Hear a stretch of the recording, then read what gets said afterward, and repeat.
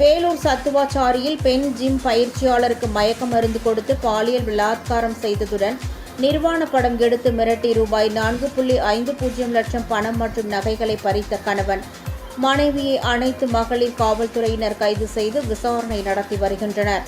சத்துவாச்சாரியைச் சேர்ந்த பெண்ணுக்கு சொந்தமான ஜிம்மில் அதே பகுதியைச் சேர்ந்த எப்சியா என்ற பெண் உடற்பயிற்சி செய்து வந்தார். அதன் மூலம் கிடைத்த வாய்ப்பை பயன்படுத்தி பயிற்சிக்கு வந்த எப்சியா ஜிம் பயிற்சியாளரிடம் நட்பாக பழகி தன் குடும்ப வறுமையில் உள்ளதாக கூறி தனக்கு உதவும்படி கூறியுள்ளார். இதனால் பரிதாபப்பட்ட பெண் ஜிம் பயிற்சியாளர் எப்சியாவின் வீட்டிற்கு சில நாட்களுக்கு முன்பு சென்றபோது அவரது கணவர் மணிவண்ணனுடன் இணைந்து குளிர்பானத்தில் மயக்க மருந்து கொடுத்துள்ளார். பின்னர் பெண் பயிற்சியாளரை மணிவண்ணன் பாலியல் பலாத்காரம் செய்துள்ளார்.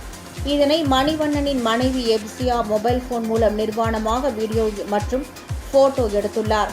மயக்கம் தெளிந்து எழுந்த பெண் ஜிம் பயிற்சியாளரிடம் அந்த படங்களை காட்டி இதை சமூக வலைதளத்தில் வெளியிட்டு விடுவதாக மிரட்டி அவ்வப்போது பணம் பறித்து வந்துள்ளனர்.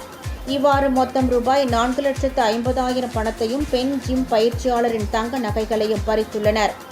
ஒரு கட்டத்தில் மேலும் பணத்தை வழங்க இயலாத நிலையில் எப்சியா மற்றும் அவரது கணவர் மணிவண்ணன் மீது பாதிக்கப்பட்ட ஜிம் பயிற்சியாளர் வேலூர் அனைத்து மகளிர் காவல் நிலையத்தில் புகார் அளித்தார்.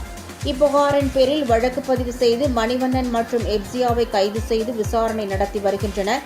இந்த தம்பதியினர் தங்களை வறுமையில் இருப்பதாக கூறி பல இடங்களில் பெண்களை ஏமாற்றி பணம் பறித்துள்ளதாகவும் கூறப்படுகிறது.